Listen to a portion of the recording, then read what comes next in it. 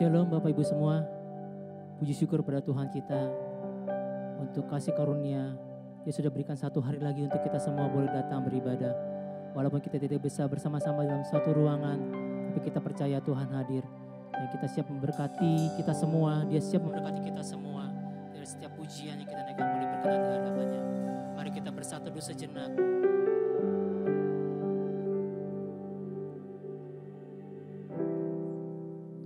Saudara kita semua untuk bangkit berdiri.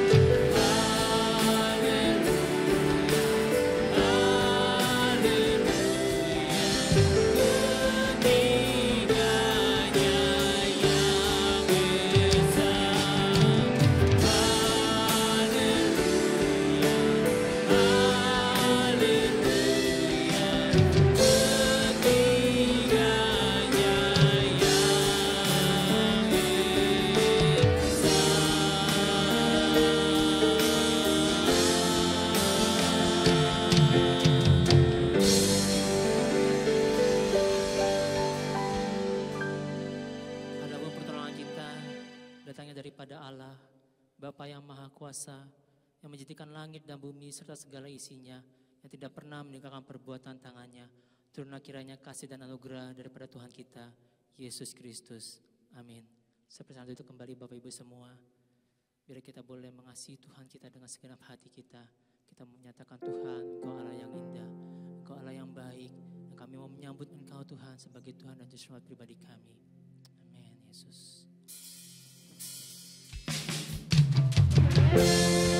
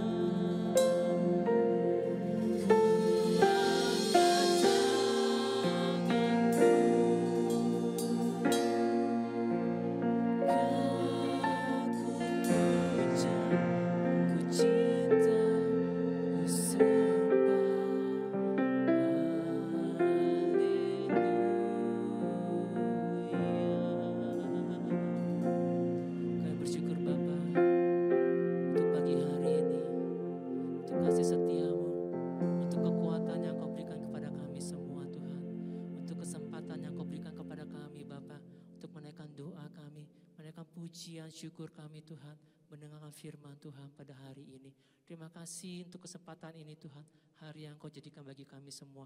Sucikan, layakkan kami semua Tuhan, ampuni setiap dosa kami, perkataan kami, perbuatan kami, tingkah laku kami yang tidak sesuai dengan kehendak-Mu. Biar Engkau yang menyucikan dan menaikkan kami. Setiap pujian kami naikkan boleh berkenan di hadapan-Mu. Inilah kami semua Tuhan, biar setiap pujian kami boleh mengagungkan Engkau. Dalam nama Tuhan Yesus kami berdoa dan mengucap syukur, yang percaya katakan amin. Bapa kita, Allah yang kita sembah adalah Allah yang baik. Kita akan pernah berkesudahan kasih setia. Amin. Naikkan pujian ini. Engkau Tuhan baik. Engkau Tuhan baik. Engkau Tuhan baik.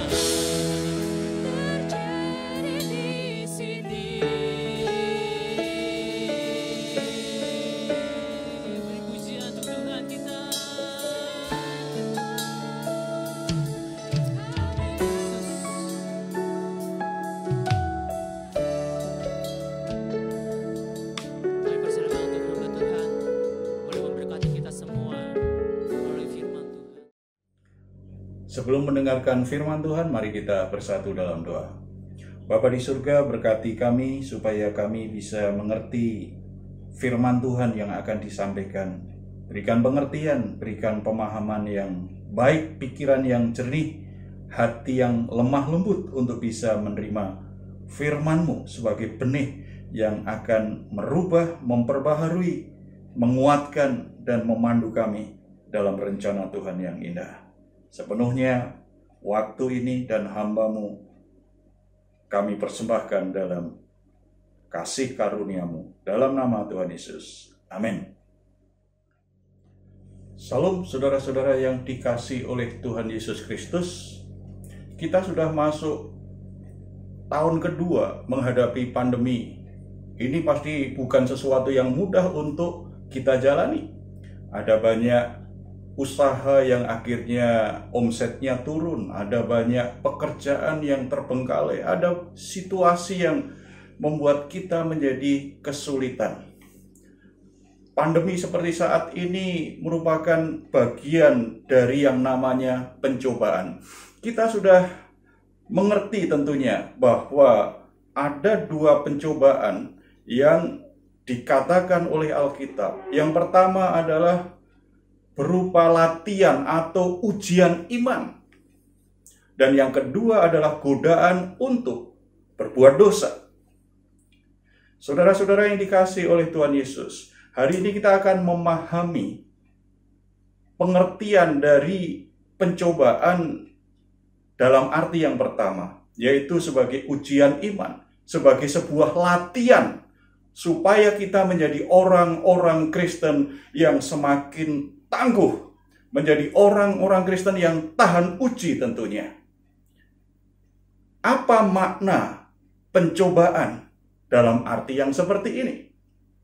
Kita akan melihat satu contoh dari kehidupan tokoh Kristen yang luar biasa, seorang rasul yang dipakai Tuhan luar biasa, namanya Rasul Paulus. Kita akan membuka Alkitab kita dari 2 Korintus pasal yang pertama.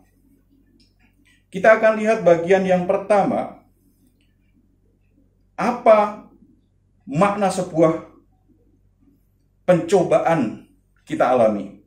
Saya bacakan ayat 3 sampai ayat yang kelima.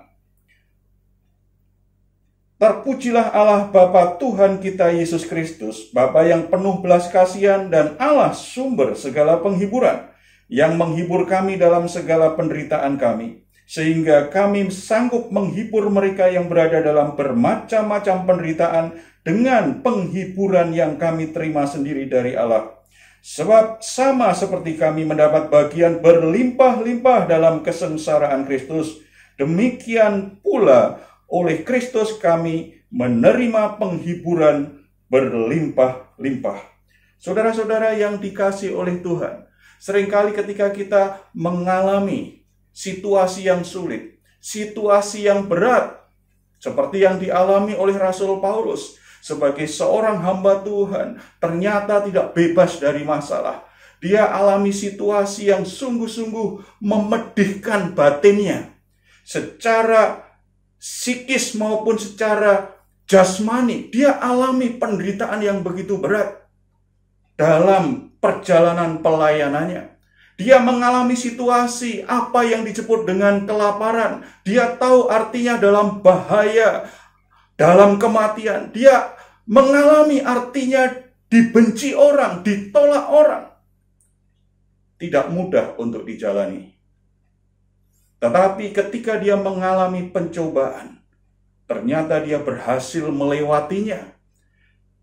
Dia berhasil melewati latihan-latihan kehidupan yang Tuhan berikan kepada dia. Peristiwa-peristiwa yang Tuhan izinkan terjadi menimpa hidupnya sebagai sebuah latihan agar dia bisa mengerti makna dari sebuah pencobaan. Dan dia bertahan, berhasil, berkemenangan melewati pencobaan-pencobaan tersebut. Dari ayat yang barusan kita baca, kita tahu makna pertama dari pencobaan adalah menjadikan kita bisa lebih mengenal siapa Tuhan yang kita sembah. Membuat kita lebih mengenal Bapa di surga yang mengasihi.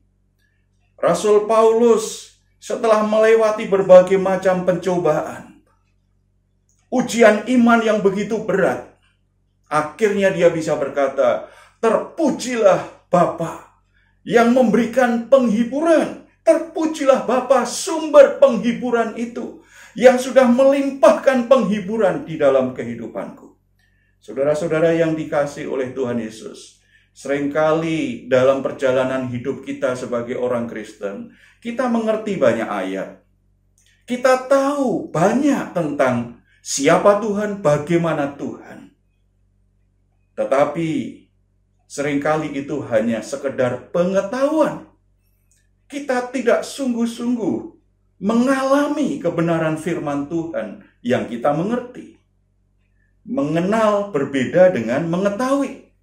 Kalau mengenal itu berarti kita tidak hanya punya hubungan pribadi dengan Tuhan, tetapi kita mengalami betapa luar biasanya pribadi Tuhan dalam hidup kita. Kita mengalami rasanya dikasihi Tuhan.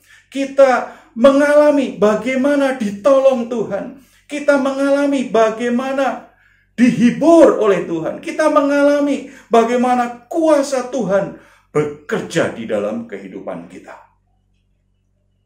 Sehingga ketika berbicara tentang penderitaan yang dia alami, ujian iman yang dia alami, Rasul Paulus mengawali suratnya ini dengan berkata apa? Terpujilah Allah Bapa kita, sumber segala penghiburan.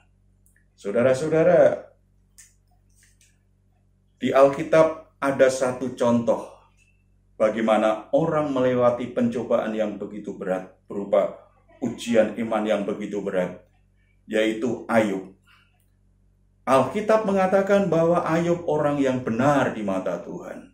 Tetapi Tuhan izinkan dia mengalami yang namanya pencobaan. Ayub orang yang sukses. Bisnisnya luar biasa sukses. Anak-anaknya baik, keluarganya baik. Keluarga yang ideal, kehidupan yang ideal. Diberkati Tuhan dan berlimpah dengan berkat Tuhan. Orang yang mengasihi Tuhan, orang yang ideal sekali. Tetapi ada masa di mana Tuhan izinkan Ayub untuk melewati yang namanya ujian iman. Pencobaan berupa kehilangan segala sesuatu yang dia miliki.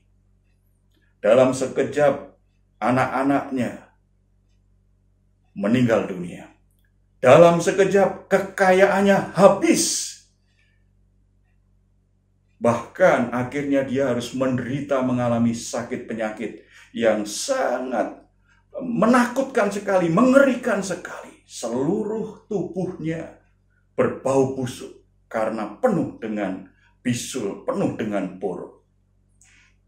Mungkin Ayub bisa bertanya, kenapa Tuhan mengizinkan ini terjadi? Mengapa Tuhan lakukan ini terjadi? Saudara, pergumulan batin yang luar biasa. Kalau kita pelajari kitab Ayub, apalagi dialog dia, perdebatan dia dengan teman-temannya. Sebuah pergumulan batin, pergumulan rohani, pergumulan jiwani yang luar biasa. Saat semuanya hilang dalam hidupnya. Satu-satunya yang tinggal adalah istrinya. Istrinya pun ternyata melemahkan imannya. Tetapi Ayub berhasil melewati ujian iman tersebut.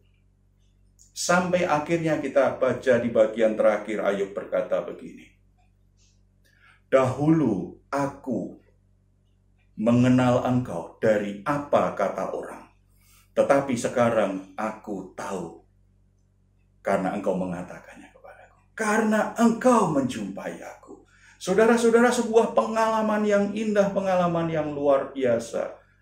Lewat pencobaan, Ayub jadi mengenal Allah yang dia sembah selama ini. Lebih spesial, bukan sekedar dari apa kata orang, bukan sekedar dari bacaan-bacaan yang dia baca, bukan sekedar dari pengetahuannya, tetapi pengalaman hidupnya bersama dengan Tuhan. Dia tahu betul siapa Tuhan yang dia sembah. Dia tahu betul bagaimana dia bertindak dalam situasi-situasi sulit. Saudara-saudara, ini bagian indah sekali. Kalau kita mengalami pencobaan-pencobaan hari ini, selama pandemi ini situasi kita menjadi sulit. Bahkan mungkin ada yang sakit. Ada yang alami situasi yang tidak mudah untuk dilewati. Percaya dan taruh di hatimu.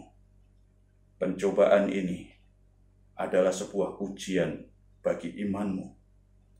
Tidak selamanya Tuhan akan datang menghampiri. Saudara, jadikan situasi sulit akhir-akhir ini sebagai sebuah kesempatan. Kita mengalami secara pribadi kehadiran Tuhan dalam hidup kita. Kenali bagaimana Dia mengasihi kita. Kenali bagaimana Dia sungguh-sungguh bisa kita percaya. Yang kedua kita baca ayat yang kelima sampai ayat yang ke-6 sampai yang ke-7. Jika kami menderita, hal itu menjadi penghiburan dan keselamatan kamu. Jika kami dihibur, maka hal itu adalah untuk menghibur kamu, sehingga kamu beroleh kekuatan untuk dengan sabar menderita kesengsaraan yang sama seperti yang kami derita juga. Dan pengharapan kami akan kamu adalah teguh, karena kami tahu bahwa sama seperti kamu turut mengambil bagian dalam kesengsaraan kami, kamu juga turut mengambil bagian dalam penghiburan kami. Saudara-saudara, yang kedua, makna dari pencobaan adalah melatih kita, menyiapkan diri kita agar kita bisa jadi berkat bagi orang lain. Paulus mengalami penghiburan dari Allah. Paulus mengalami bagaimana pertolongan Tuhan. Paulus merasakan bagaimana hatinya dipenuhi dengan penghiburan yang dari Tuhan, sukacita yang dari Tuhan. Apa yang dia terima dari Tuhan, apa yang dia alami dari Tuhan, itu menjadi sebuah sarana agar hidup kita menjadi kehidupan yang berarti, bernilai, tidak sekedar rutinitas semata. Saudara-saudara, salah satu hakikat dosa apa? Membuat manusia semakin fokus pada dirinya sendiri. Yang penting aku, yang penting aku, yang penting aku. Bahkan ketika kita datang kepada Tuhan pun seringkali juga berpikirnya hanya diri kita. Aku ibadah dapat berkat apa? Aku melayani dapat berkat apa? Manusia cenderung berpikir berpusat pada diri sendiri. Seringkali orang Kristen menjadi lupa bahwa hidupnya diselamatkan Tuhan, supaya Tuhan bisa menjadikan dirinya saksi-saksi Tuhan. Hidup kita diberkati Tuhan, supaya kita bisa jadi berkat bagi orang lain. Kita semua adalah orang-orang yang beruntung karena di dalam Yesus Kristus tidak hanya diselamatkan dari murka Allah, tetapi kita adalah anak-anak perjanjian. Ada penyertaan Allah yang tidak pernah berakhir. Ada kasih karunia Tuhan yang berlimpah-limpah, menyediakan semua kebutuhan kita. Menyediakan jalan keluar untuk semua masalah-masalah kita. Kalau kita sudah diberkati, untuk apa? Kalau kita sudah disembuhkan Tuhan, untuk apa? Kalau kita sudah menerima hal-hal yang baik dari Tuhan, untuk apa? Seringkali kita tidak menyadari ada panggilan khusus. Paulus mengalami penghiburan dari Bapa. Dia tahu betul, ini menjadi penghiburan bagi kalian. Karena dia pernah dihibur, pernah terhibur, makanya dia bisa menghibur. Saudara-saudara, saya kenal seorang ibu yang putus asa hidupnya luar biasa. Bahkan ada dorongan ingin bunuh diri karena frustasi, merasa hidupnya tidak berarti lagi, terlalu besar pencobaan yang dia alami. Suaminya suka melakukan KDRT. Tidak hanya itu, tetapi suaminya juga punya banyak selingkuhan. Dia benar-benar tersiksa dalam pernikahannya. Dalam keadaan mau putus asa, dia mengalami seperti yang dialami Paulus. Mengalami perjumpaan pribadi dengan Allah. Mendapatkan penghiburan ilahi dalam hidupnya. Sehingga dia kembali bangkit, dia bersemangat. Apa yang dia lakukan kemudian? Dia memberikan dirinya dipakai oleh Tuhan. Menolong banyak perempuan-perempuan lain yang jadi korban kekerasan rumah tangga. Menolong orang-orang lain yang sedang dalam keadaan putus asa karena kelakuan suaminya, karena keluarganya berantakan, karena merasa dirinya tercampakkan. Ketika Tuhan sudah memulihkan ibu ini, dia memberi diri dan akhirnya dipakai untuk jadi berkat bagi banyak orang. Saudara-saudara, jangan larut dengan situasi sulit. Jangan hanya fokus pada situasi sulit yang sedang saudara alami. Ini dialami oleh semua orang. Situasinya memang sulit. Tetapi di dalam Kristus ada yang berbeda. Di dalam Kristus ada pengharapan. Di dalam Kristus ada kebaikan ilahi di balik semua penderitaan, di balik semua pencobaan yang sedang dialami oleh orang seluruh dunia saat ini. Tidak hanya menjadi kesempatan kita mengalami kehadiran Allah, mengenal Allah, tetapi Tuhan akan pakai kita. Tuhan sepertinya sedang memberi kita latihan yang panjang. Sampai akhirnya nanti ketika situasi sulit ini semuanya berakhir, kita menjadi orang-orang yang akan dipakai Tuhan menjadi berkat bagi banyak orang. Menjadi pekerja-pekerja Kristus, menjadi penjala-penjala jiwa, menjadi saksi-saksi Kristus. Ada banyak pengalaman bagaimana Tuhan mengasihimu, itu akan terjadi. Jadi jangan hanya fokus pada situasi sulitnya. Jangan hanya fokus pada pencobaannya, tetapi kebaikan, keindahan, karya ilahi apa yang Tuhan sedang siapkan dalam hidupku. Yang ketiga, kita baca ayat yang ke-8 sampai 11. Sebab kami mau, saudara-saudara, supaya kamu tahu akan penderitaan yang kami alami di Asia Kecil.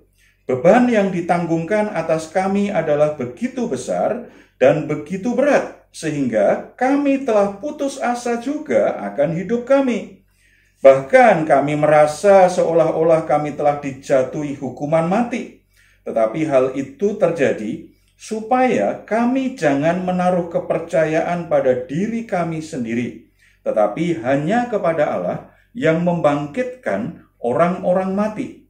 Dari kematian yang begitu ngeri Ia telah dan akan menyelamatkan kami.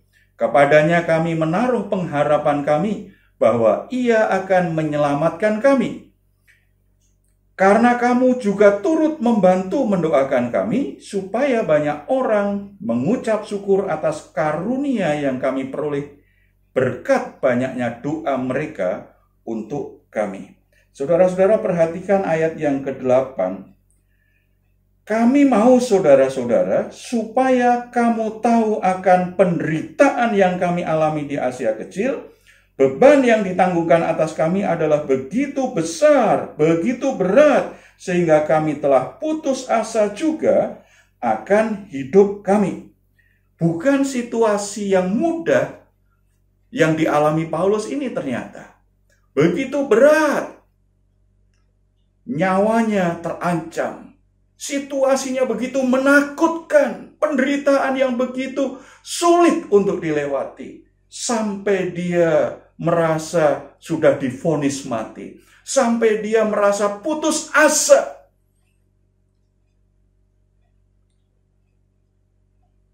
Tetapi dalam situasi seperti itu, dia mengalami kebenaran ilahi. Pentingnya berharap kepada Tuhan melampaui kepercayaan dirinya. Saudara-saudara, kalau kita perhatikan ayat yang ke-9, kita tahu perubahan hati Paulus itu luar biasa.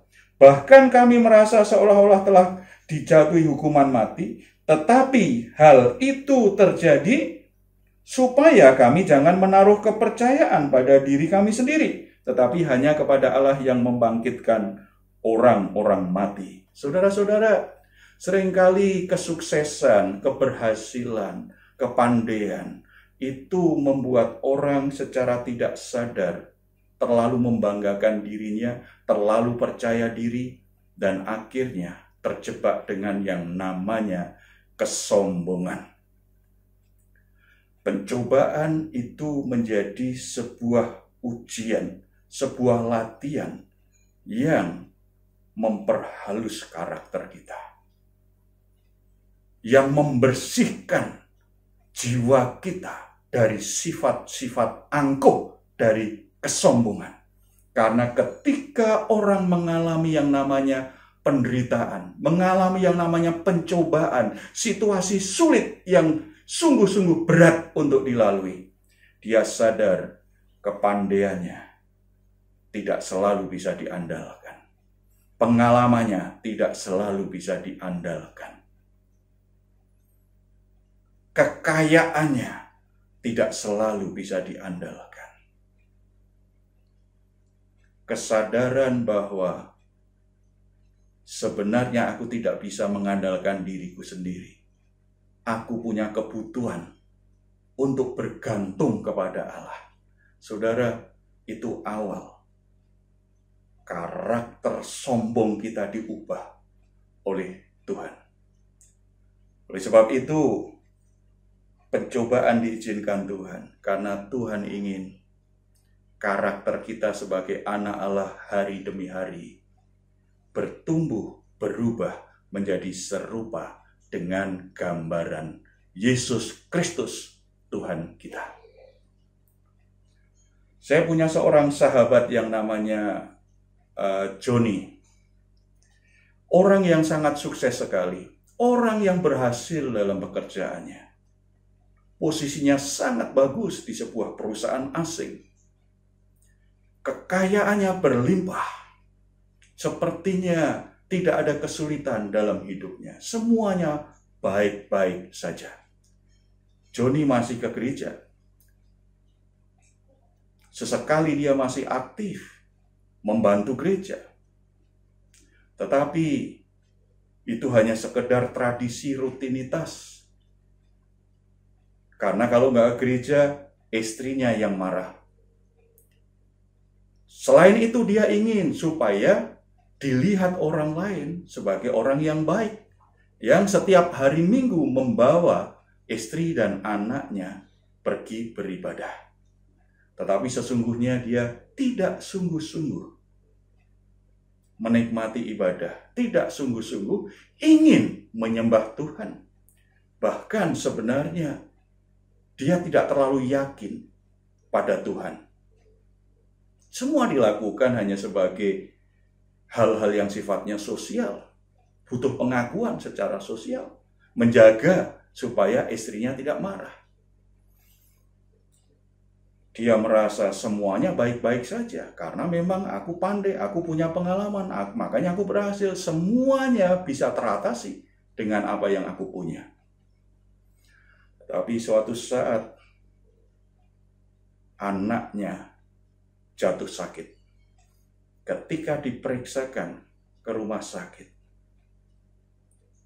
dokter bingung, ini sakit apa? Dia coba ke rumah sakit yang lain, ke dokter yang lain. Dokter tidak tahu ini penyakit apa. Kemudian ada satu dokter berkata, ini adalah penyakit yang sangat langka.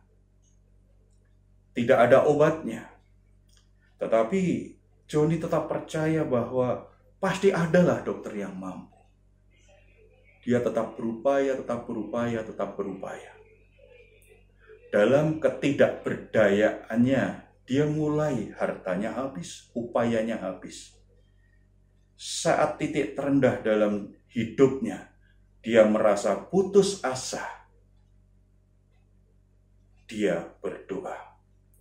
Doa yang pendek, doa yang singkat, tetapi itu doa pertama kali yang dia ucapkan sungguh-sungguh, lahir dari hatinya yang sungguh-sungguh berharap kepada Tuhan, beriman kepada Tuhan, mohon belas kasihan Tuhan. Dia berkata, Tuhan, selama ini aku tidak sungguh percaya kepadamu.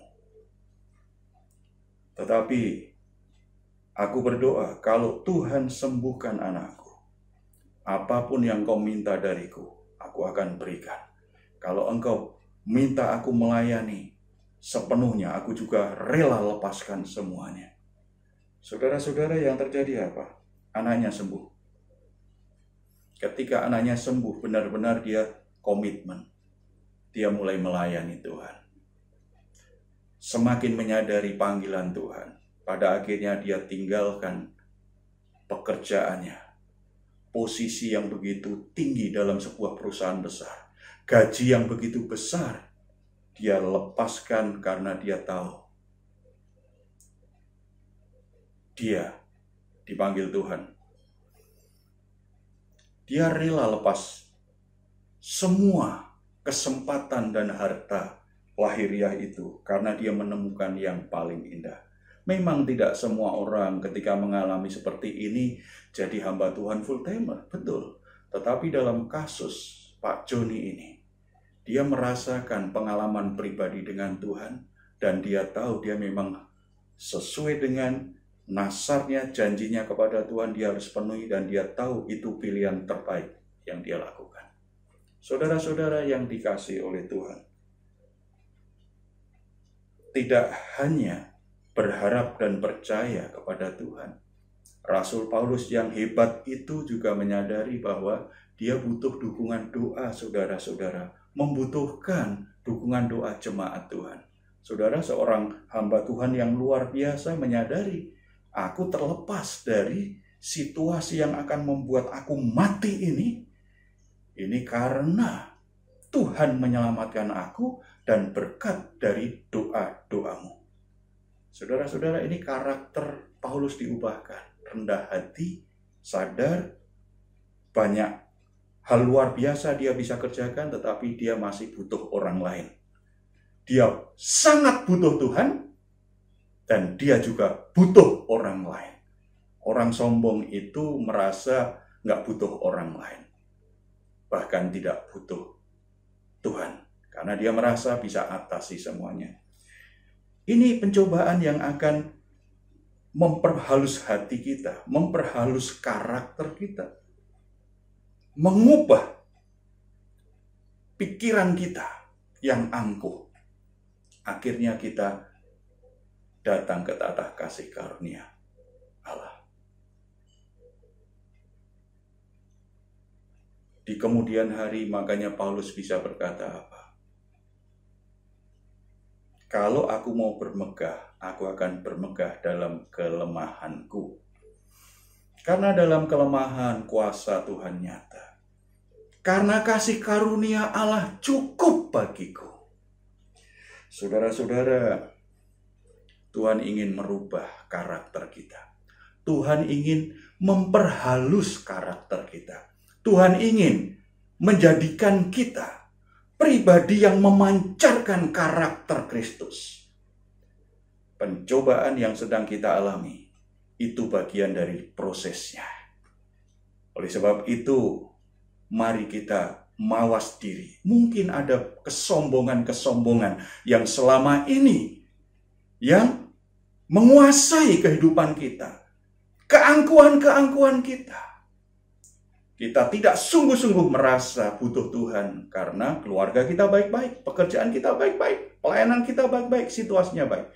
Tetapi ini saatnya bagi kita untuk belajar merendahkan diri ke tata kasih karunia Tuhan dengan pengakuan yang tulus bahwa kita butuh Tuhan. Bahwa kita sangat membutuhkan Tuhan. Hidup kita bergantung kepada Dia, dan kita juga butuh orang lain. Kita tidak punya semuanya. Kita tidak bisa lakukan semuanya sendiri. Kita lebih menghargai orang ketika kita menyadari hal itu. Jadi saudara-saudara, mari lewati pencobaan yang sedang kita alami. Mari lewati proses latihan dan ujian iman. Apapun yang sedang saudara alami saat ini.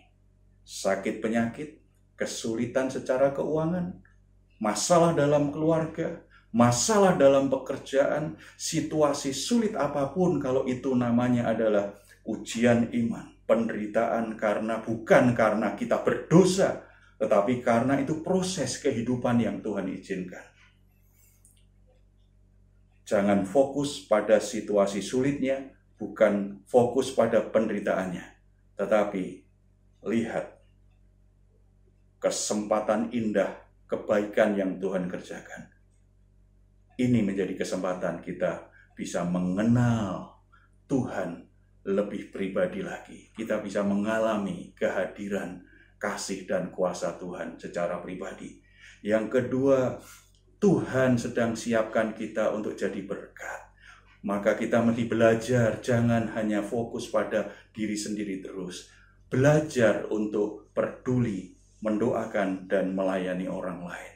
Dan yang ketiga, Tuhan ingin memperhalus, memperindah karakter kita. Oleh sebab itu, jangan menyerah apapun yang sedang saudara alami saat ini. Jangan putus asa. Berserah kepada Tuhan, dan biarlah Tuhan bekerja. Taat, ikuti prosesnya Tuhan dengan benar. Kita berdoa. Bapa kami yang ada di dalam surga, kami bersyukur hari ini kami boleh mendengar firman-Mu, bahwa ada keindahan, ada makna luar biasa di balik penderitaan, di balik pencobaan yang kami alami. Sebagai ujian iman, kami akan diberi sebuah anugerah kesempatan istimewa, karena melalui pencobaan ini kami justru semakin bisa mengenal Engkau secara pribadi. Kami lebih bisa mengalami kehadiran-Mu secara pribadi, bukan hanya sebatas kata orang atau pengetahuan kami, tapi ini kesempatan bagi kami untuk bisa mengenal Engkau secara pribadi dan melatih kami supaya kami bisa jadi berkat bagi orang lain. Karakter kami diubah. Tuhan berkati kami semua. Siapapun kami yang mendengar, yang melihat, Tuhan berkati, beri kekuatan, beri penghiburan. Dan biarlah iman kami, pengenalan kami akan Engkau semakin bertumbuh. Hati kami semakin mengasihi Engkau. Dalam nama Tuhan Yesus. Amin. Shalom Bapak Ibu, Saudara sekalian, yang kekasih di dalam Tuhan. Kita bersyukur sekalipun kita jauh tetapi kita masih diberikan kesempatan untuk beribadah kepada Tuhan. Dan juga kami berterima kasih kepada atas pelayanan Bapak Pendeta Heru Tribudi pada siang hari ini. Dan kita terus berpengharapan kepada Tuhan dan kita akan akhiri ibadah ini. Mari kita berdoa. Puji syukur kami kepada Tuhan atas setiap anugerah penyertaan Tuhan di dalam kehidupan kami. Allah yang setia, Allah yang senantiasa menuntun kami di tengah-tengah perjalanan yang terkadang tidak mudah, tapi Tuhan berikan kami jalan keluar. Kami juga percaya Tuhan yang memelihara kami, yang melindungi kami dalam situasi apapun. Kami memandang kepada Tuhan. Tuhan juga berkati Bapak Pendeta Heru Tribudi yang sudah melayani Tuhan. Biarlah Tuhan juga berkati pelayanannya, keluarganya, sehingga semuanya juga banyak yang memperoleh berkat melaluinya. Kami juga bersyukur untuk tim pelayanan dari live streaming, juga Tuhan berkati satu persatu. Tuhan juga berkati para pemuji dan juga pemusik. Ialah Tuhan juga yang menyertai senantiasa di dalam kehidupan mereka, di dalam pekerjaan, usaha maupun keluarga mereka masing-masing. Dan kami menyerahkan seluruh kehidupan kami ke dalam tangan Tuhan, karena kami adalah milik-Mu saja. Dan kami berdoa untuk saudara-saudara kami yang sedang bergumul di dalam kelemahan tubuh mereka. Biarlah Tuhan juga yang menjamah mereka Tuhan. Kami juga berdoa biarlah Tuhan berikan kekuatan, semangat untuk terus percaya, berpengharapan pada Tuhan. Kami juga berdoa untuk saudara-saudara kami yang sedang bergumul di dalam pekerjaan usaha mereka. Tolonglah Tuhan bukakan jalan. Biarlah ada kecukupan di dalam keluarga mereka. Dan juga kami berdoa untuk anak-anak kami yang studi, meskipun masih melalui online, tetapi biarlah mereka diberikan kemampuan untuk dapat mengikutinya dengan baik. Kami berdoa untuk bangsa dan negara kami, khususnya para pemimpin bangsa kami.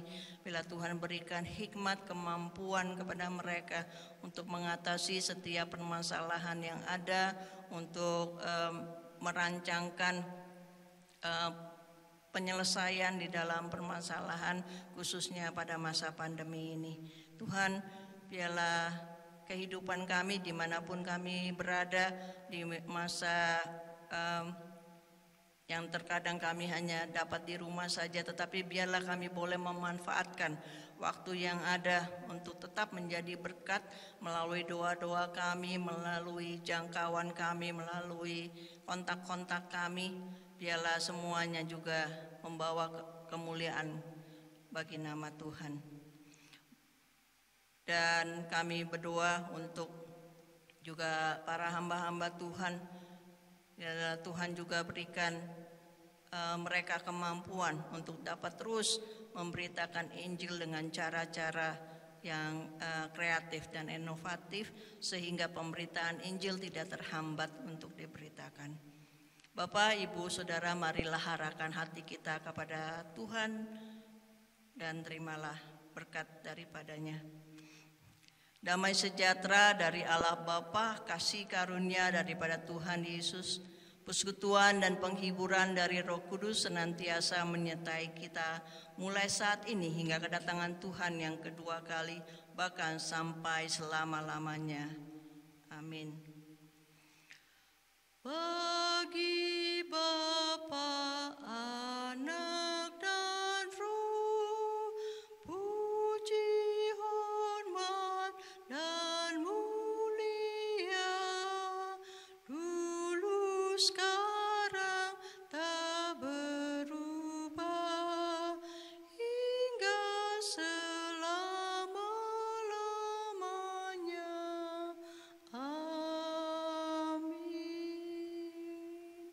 Amin. Tuhan Yesus memberkati. Setelah ini ada warta, silakan Bapak Ibu menyaksikannya. Tuhan Yesus memberkati.